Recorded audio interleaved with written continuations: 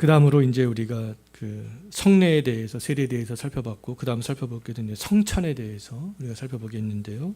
성찬에 필요한 두 요소가 있는데, 성찬에 필요한 두 요소는 떡과 포도주가 되겠습니다. 그래서 우리가 온전한 성찬은 이 떡과 포도주가 다 있어야 되는 것이죠. 성찬에 참여한 사람들은 다 떡을 받고 포도주를 받아야 되는 것이다 라고 말할 수 있습니다. 로마 가톨릭처럼 성도들이 떡만 받는 것은 잘못된 것이다. 예? 왜 떡만 받고 성도들은 포도주를 받지 않는가, 잔을 받지 않는가? 이것은 성찬의 다른 의미라고 말할 수 없습니다. 예?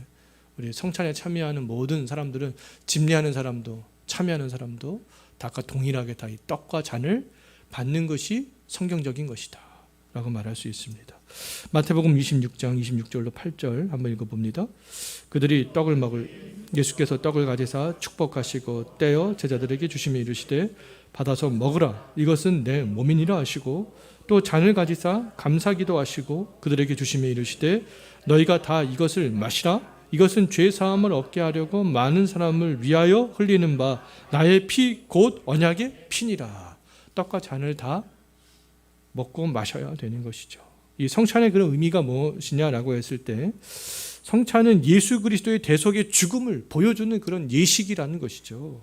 그래서 성찬에 참여하는 모든 사람들은 예수님께서 우리의 죄를 위해서 자신의 몸을 주시고 피를 흘리셨구나, 그 은혜를 기억하면서 성찬에 참여해야 되는 것입니다. 그렇기 때문에 이 예수님의 십자가의 죽으심의 의미를 믿지 못하고 알지 못하는 사람들은 이 성찬에 참여할 수 없다라는 것이죠. 그러니까 성찬에 참여할 수 없다라는 것은 관람할 수 없다가 아니라, 관람은 하지만 떡과 잔은 받을 수가 없다라는 것입니다.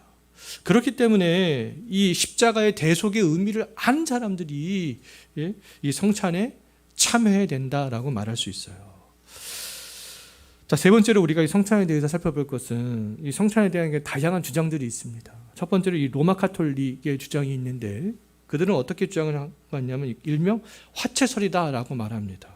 이 화채설은 뭐냐면, 이 빵이 성찬 때 실제로 무엇으로 변한다라는 겁니까? 예수님의 몸으로 변한다. 실제로 몸으로 변한다. 포도주는 또 실제로 무엇으로 변한다라는 거며, 그리스도의 피로 변한다. 그들이 이렇게 본질적인 변화를 얘기하는데 사실 그렇지 않습니다.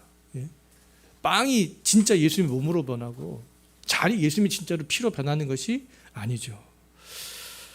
그다음 두 번째로 이제 루터교의 공제설이 있는데요. 공제설은 실제로 화채설과 근데 좀 비슷합니다. 이 떡은 떡이고 포도주는 포도주임에는 틀림이 없지만, 어느 순간에 이 그리스도의 실제적인 몸과 피가 떡과 포도주 안에 현존하게 된다는 것입니다. 그리스도의 몸과 피가 그 떡 안에, 또 포도주 안에 그렇게 실제적으로 있게 된다라고 그렇게 말을 하는데요. 근데 이것은 성경의 좀 가르침과는 좀 맞지 않다라는 것이죠. 우리가 이 로마의 화채설과 이 루터교의 공제설을 따르면 정말 식인종이 될 수밖에 없습니다. 식인종처럼 실제적으로 그리스도의 피와 살을 먹게 되는 것이죠. 그래서 어거스틴 같은 경우에는 정말 뭐라고 얘기했냐면, 가룟 유다가 주님과 함께 떡을 먹었지만 떡과 함께 주님을 먹은 것은 아니다. 어떻게 주님의 몸을 실제적으로 먹을 수가 있겠느냐. 그렇지 않다라는 것이죠. 그렇다면 이제 우리 세 번째로 우리 개혁주의 어떤 주장을 하냐면 영적 임재설과 기념설을 주장합니다. 우리들은 성찬 때 떡과 포도주는 떡과 그냥 포도주일 뿐이다 라는 것이죠. 뭐 그것이 예수님의 몸으로 변하고 피로 변하고 예수님의 그런 실제가 떡 안에 포도주 안에 함께하는 것이 아니다. 우리가 일례로 무엇을 보면 잘 알 수 있냐면, 제자들이 성찬에 가장 처음으로 참여했을 때가 예수님이 십자가에서 죽기 전날 밤이잖아요. 제자들이 처음 성찬에 참여했을 때 그리스도의 몸과 피가 예수님의 그 떡과 포도주로 변화되지 않았다는 것이죠. 예수님은 분명히 그 제자들과 함께 있었잖아요. 그렇기 때문에 처음부터 예수님의 제자들이 성찬에 참여했던 제자들이 예수님의 떡과 잔을 먹을 때 예수님 몸과 피를 먹고 마신 것은 아니다라는 것이죠. 떡과 포도주는 떡일 뿐이고 잔일 뿐이다라는 겁니다. 단지 성찬에 참여하는 사람들이 그 믿음으로, 예수님을 향한 믿음으로 예수 그리스도가 우리를 위해서 죽으신 것들을 기념하고 하면서 참여할 때 그 믿음 안에 그런 그리스도의 은혜가 임하는 것이다. 성찬에 참여하는 사람들에게 임하는 것이다 라고 말할 수 있습니다. 그렇기 때문에 우리들은 영적 임재설과 기념설을 주장하는 것이죠. 성경에서도 실제적으로 그렇게 말하고 있는데요. 고린도전서 10장 16절 한번 읽어보겠습니다. 우리가 축복하는 바 축복의 자는 그리스도의 피에 참여함이니 우리가 떼는 떡은 그리스도의 몸에 참여함이 아니냐. 우리는 그냥 참여하는 것이라는 거죠. 그 다음 말씀도 읽어봅니다.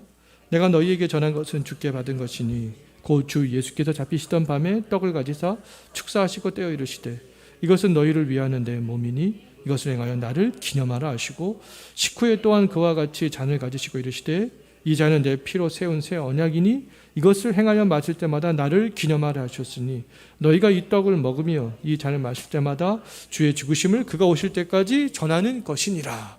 믿음으로 그 의미를 기념하면서 마실 때 하나님의 은혜가 임하게 된다라는 겁니다. 자, 마지막으로 살펴볼 내용은 성찬에 참여하는 사람들의 이제 바른 자세가 되겠는데요. 이 성찬의 그런 본질적인 의미가 영적 임재고 기념이기 때문에 은혜 받기에 합당한 그런 믿음을 가진 사람들, 내가 정말 그 은혜 받기에 합당한 믿음이 있는가, 그 나의 믿음을 점검하면서 자기를 살피면서 이 성찬에 참여를 해야 된다라는 겁니다. 하나님의 은혜 받기에 합당한 믿음을 가지고, 그래서 예수님의 그런 대속의 은혜에 감사하고 또 예수님께 순종하려고 하는 그런 마음으로, 또 믿음으로 더욱더 살아가려고 하는 그런 마음으로 성찬에 참여하는 것이 참여하는 사람들의 합당한 자세다라고 말할 수가 있겠습니다. 자, 고린도후서 13장 5절 말씀 읽어봅니다. 너희는 믿음 안에 있는가? 너희 자신을 시험하고 너희 자신을 확증하라. 예수 그리스도께서 너희 안에 계신 줄을 너희가 스스로 알지 못하느냐? 그렇지 않으면 너희는 버림받은 자니라. 자, 96문 성찬은 무엇입니까? 답 한번 읽어볼까요? 성찬은 그리스도가 정하신 대로 빵과 포도주를 주고받음으로 그리스도의 죽음을 나타내 보이는 성례인데, 성찬을 바르게 받는 사람은 물질적인 방식이 아니라 믿음으로 그리스도의 살과 피에 참여하여 그리스도가 주시는 모든 유익을 받아 영적인 양식을 먹으며 은혜 안에서 자라게 됩니다. 그 다음이요, 성찬을 바르게 받는 방법은 무엇입니까? 답 한번 읽어볼까요? 바르게 받는 방법은 자신을 살펴 주님의 몸을 분별하고 있는지, 그리스도를 의지하는 믿음이 있는지, 회개하고 사랑하며 새롭게 순종하고 있는지 확인하는 것이며, 그렇지 않으면 합당치 않게 참여하여 자신에게 임할 심판을 먹고 마시는 것이 됩니다. 자, 오늘 여기까지